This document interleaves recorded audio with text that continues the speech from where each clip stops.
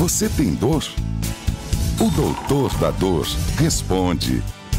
Oferecimento Dr. Gabriel Longini.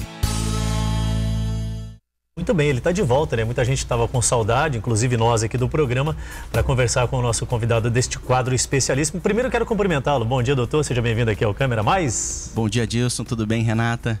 Todos os brasileiros felizes pela eliminação da Alemanha, né?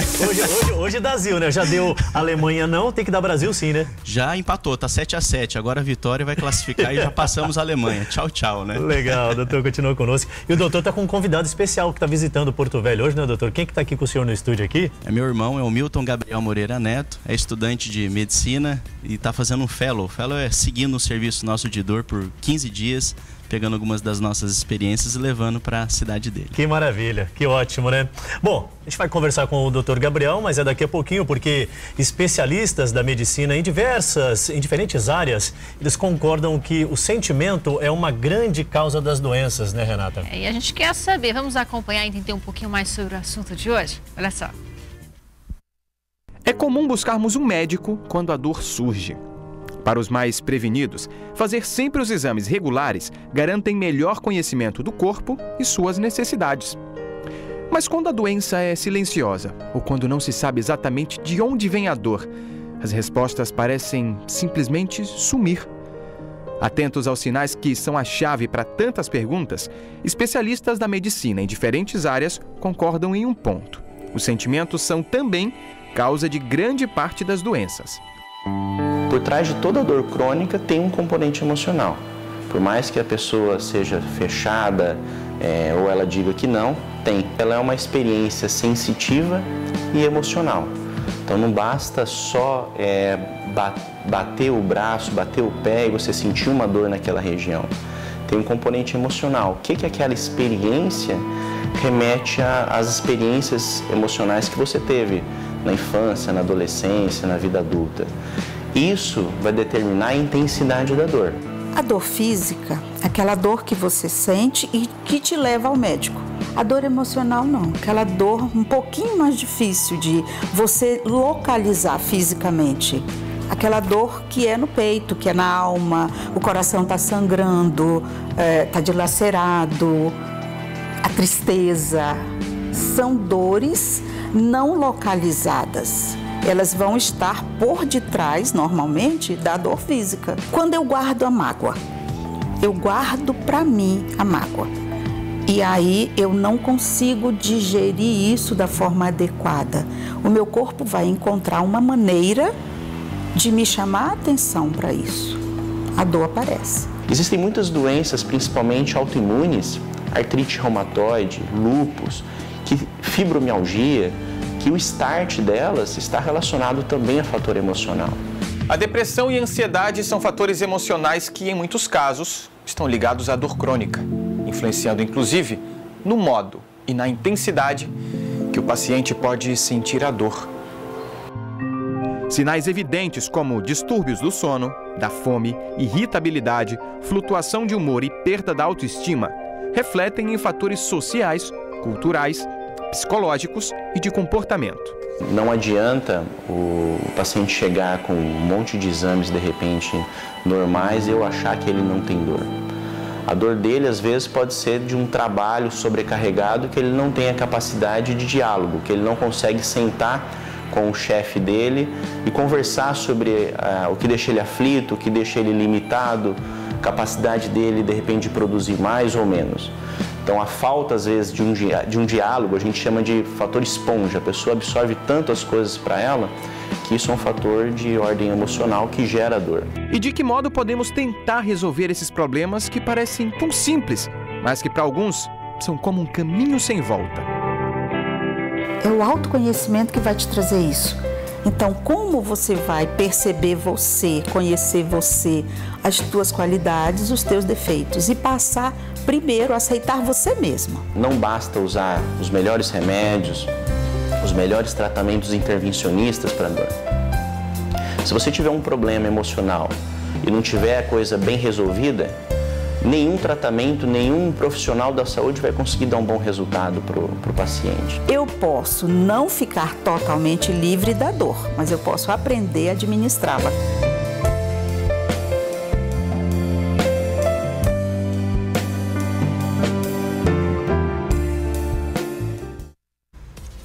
muito importante essas informações, né, Renatinha? Vamos conversar aqui com o nosso querido Gabriel? Doutor Gabriel, a gente quer saber, então, como é que o senhor pode ajudar nesse processo de entender a origem da dor? Primeiramente, eu quero externar meu agradecimento para o Juraci Júnior.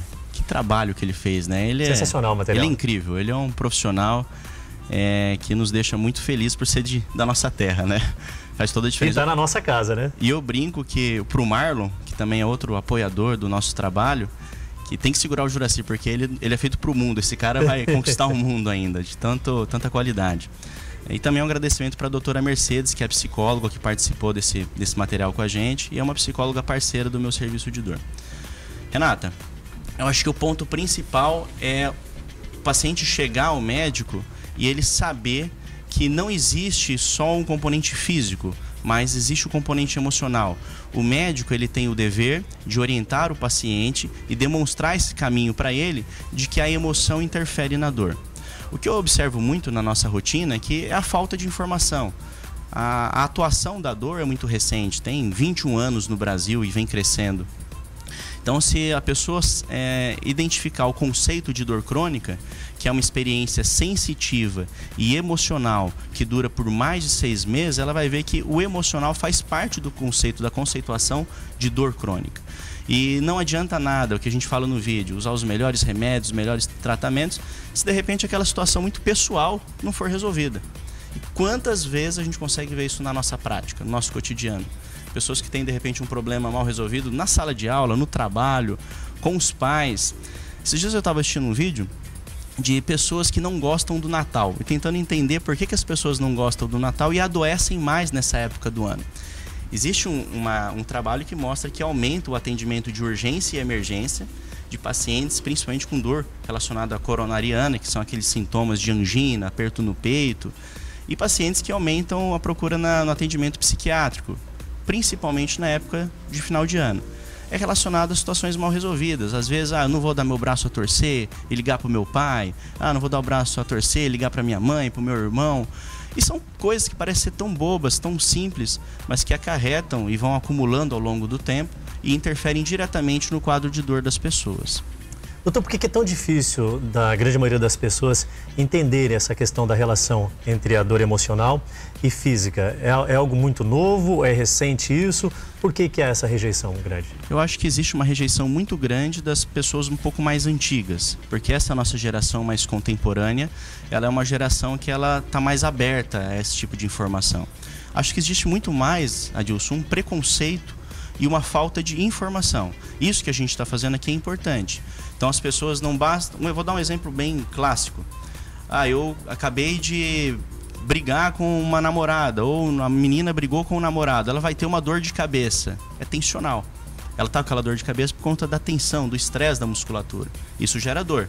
Então imagine você que situações do cotidiano geram isso. Então o emocional não tem nada a ver com dor? Tem tudo a ver. Se o seu emocional, se sua vida não estiver bem com você vai ter repercussões no seu corpo de uma maneira sistêmica. A ansiedade, né, também. Ansiedade também, né? Às vezes você tem um trabalho ou uma decisão profissional que precisa ser tomada nos próximos meses, isso vai deixando você aflito. Isso é com qualquer pessoa, isso não é uma doença. A grande questão que nós temos que ter, Renata, é a capacidade de lidar com a ansiedade. Como é que lida com a ansiedade? Conversa. Esse é o princípio básico, né? Se você sentar para dialogar e conversar, já é um princípio de tratamento de ansiedade. As pessoas hoje em dia têm muito medo de expor, achar que eu estou me expondo, a pessoa não precisa saber da minha intimidade. Você não precisa falar intimidade, mas eu acho que de uma maneira superficial você pode conversar e colocar os seus problemas. Afinal de contas, às vezes você pode ter a solução do meu problema num único diálogo. Quantas vezes a gente resolve problemas da nossa vida conversando com amigos? Um exemplo bobo também. Eu precisava fazer um atendimento numa cidade, mas tinham cancelado o voo. E eu falei, nossa, o que eu vou fazer? Uma conversa, eu expus o meu problema para um amigo. Ele falou, Gabriel, tem um rapaz que ele é motorista, ele faz esse trabalho. Eu falei, nossa, é isso. Então imagine se eu fico segurando esse problema para mim. Parece simples, mas essas atitudes fazem toda a diferença na sua vida saudável, no controle das dores e da ansiedade, Renato. Muitas das vezes, às vezes não pode ter a cura específica, o medicamento que vá resolver aquele problema propriamente dito, mas você pode aprender a administrá-lo, é mais ou menos isso que a gente está conseguindo entender. Perfeitamente, acho que você administrar, dor crônica é uma doença, a gente já vem falando isso há muito tempo, né? Ela não tem a cura, mas ela tem um controle, você consegue controlar. Como é que você controla? O médico faz as prescrições farmacológicas, prescreve as atividades físicas, as restrições alimentares, mas a parte emocional depende muito de você, de como você vai lidar com as situações de estresse. Eu costumo dizer também, Renata e Adilson, que um celular cai e quebra. Você tem várias formas de abordar essa situação. Você pode ficar bravo, você pode xingar, mas também você pode abordar do seguinte jeito: nossa, quebrou, nossa, vou ficar livre um dia sem celular. Ou uma outra forma: quebrou, não tem problema, vou arrumar. Então você pode abordar uma situação de várias formas e principalmente tentar ser o mais positivista possível. Você pode até esbravejar, né? Quebrou. Palavrão, é muito comum. Mas aí pensa, mas olha, vou ter um dia de folga no aparelho. Tenta administrar isso que você acaba tendo resultados bem positivos. Isso, né? É exercício. Ninguém nasce fazendo, eu sei lidar bem com qualquer situação. Isso é um exercício que todo mundo pode fazer. Vai do desde, eu lembro de uma pessoa que falava, eu não gosto de dar bom dia para as pessoas, porque eu vejo as pessoas todo dia. Então, mas começa a exercitar. Faz bom dia, bom dia.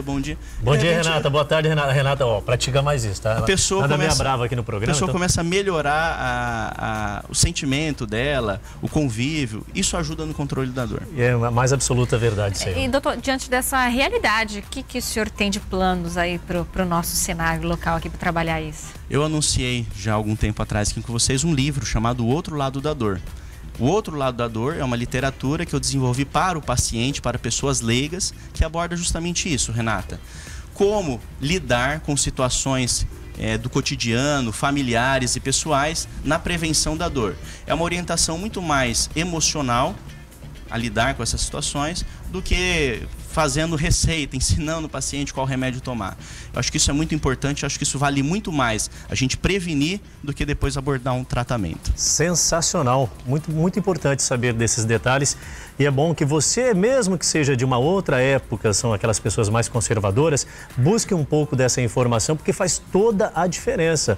E o que o doutor está contando para a gente aqui na teoria é o que ele vive na prática, no dia a dia. E a gente tem depoimento de várias pessoas que passam pelo doutor e que têm o problema resolvido, tá bom? Muito obrigado ao doutor pela vinda. Muito obrigado. É um grande prazer estar aqui, viu? Agora, um pouquinho mudando de assunto, voltando ao futebol, daqui a pouquinho tem Brasil.